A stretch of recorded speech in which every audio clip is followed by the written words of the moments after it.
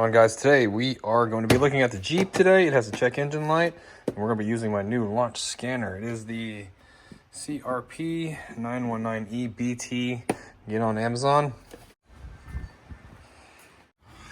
The scanner's pretty cool because all we got to do is do that. We get these lights on here, tell them we're hooked up. I got the key turned.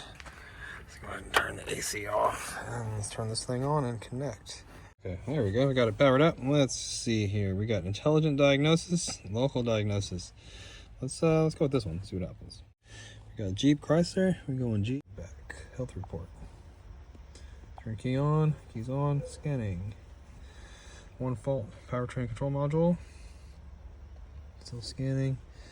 And we got faults in tire pressure, which is fine. I know about that because we got mud tires. Let's see, refault. This thing's super quick. P0420 catalyst efficiency bank 1. All right, which means that the cat is not working correctly. Okay, it's not pretty much cleaning up the air as efficiently as this car wants it to do. So it has gone ahead and set the check engine light. So the Jeep does have a lot of miles on it. We're looking at 274,000. It's had a couple issues in the past with head gaskets and things like that, which can make the cats fail a little premature.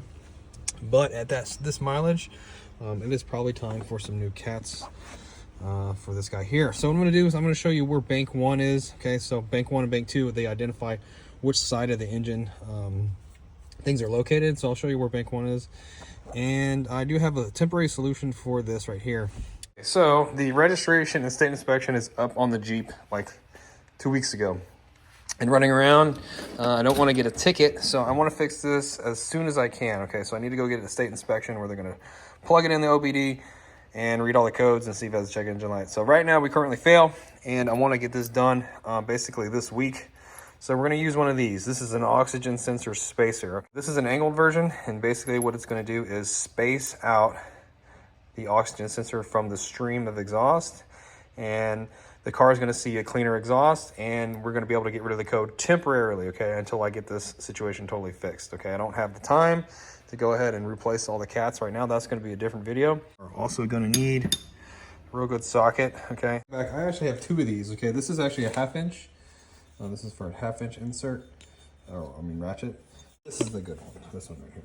Okay, and this one has you can go from here with a 1/2 inch breaker bar, or 3/8 on this side here. This one works terrific. It does not open up. A lot of times with some of these sockets, they like to open up when you put a lot of pressure on them. This one here, see how thick this one is? It ain't gonna open up at all. But this one works pretty good, this round one too. So I'll probably have a link just for this one in the description box if you want to check it out. But this is one we're gonna use right here. Okay, so bank 1. Show you where that's at. All right, so if you have a V6, V8, it's super easy to figure out. What you need to do is you need to figure out which one of these cylinders, like this is either going to be cylinder 1 or cylinder 2, because it's in the front, is ahead of the other one. What I mean by ahead is which one sticks out further, okay? The cylinder heads are offset. So what I mean by that is one of them will be more forward than the other, okay? To make room for the cylinders themselves. So you have a cylinder and a piston here going like this, and like this. Same thing like this, and over here like that. They can't be parallel with themselves, okay? They need to be offset. One needs to be more forward or back than the other to make room, okay? For all the stuff that's moving, like all the rods and things like that. So whichever cylinder is ahead, okay, or popping out the furthest is usually cylinder 1. And that is going to be bank 1, okay? Here's our valve cover here, plastic guy here. If you look directly over, our valve cover is back here, okay? And we can see that this one is further back than this one. See right here? So if I go with a kind of a straight line this way, it's somewhere in the middle of the alternator here, okay?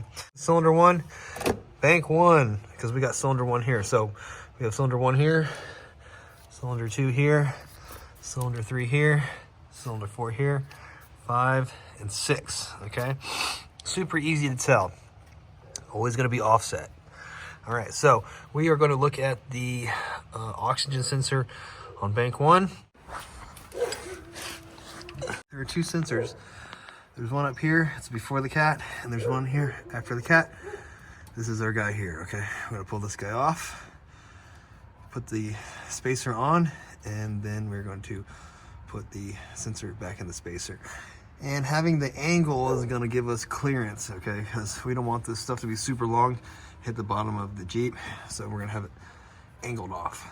So there isn't a lot of room to use your ratchet to get any leverage really off of anything, because this cross member is in the way, so we're just gonna take it off. It's actually just 3 18mm, okay? Yeah, so if you get most of them out and you get the other one loose, you can just slide it out of your way. It's actually really heavy. It's to protect the transmission pan when you're off-roading, so it's some pretty thick shit.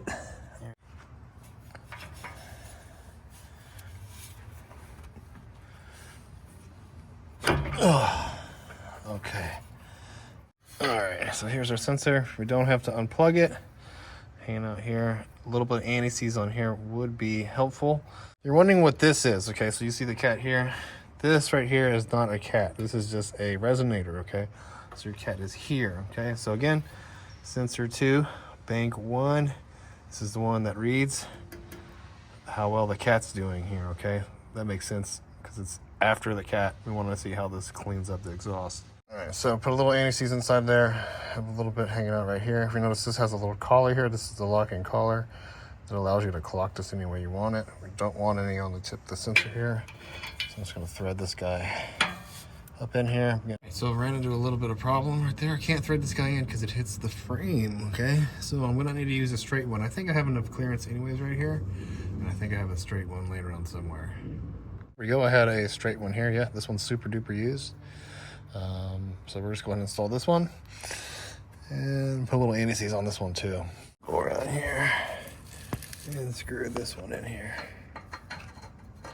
So we want to put the spacer in first, and then we'll just thread the sensor on there. Should have enough clearance. All right. And what you're going to need to do, if you could not unplug yours, like the plug is pretty dried out and dirty here, it's pretty hard to unplug. What you need to do is, since we're going to be turning it clockwise in there, we're going to pre-twist this wire. Okay, like this. And we'll drop it in. Then we'll thread it in there. Like that. Alright, if your wire's cool, then we'll tighten these up. And you're good to go. There you go. There's your little temporary bypass, or not bypass, but a little modification. So that wasn't too bad. Now the only thing left to do is clear the code. So we'll hook the scanner back up, hit clear code, and clear it. Engine on, clear code complete.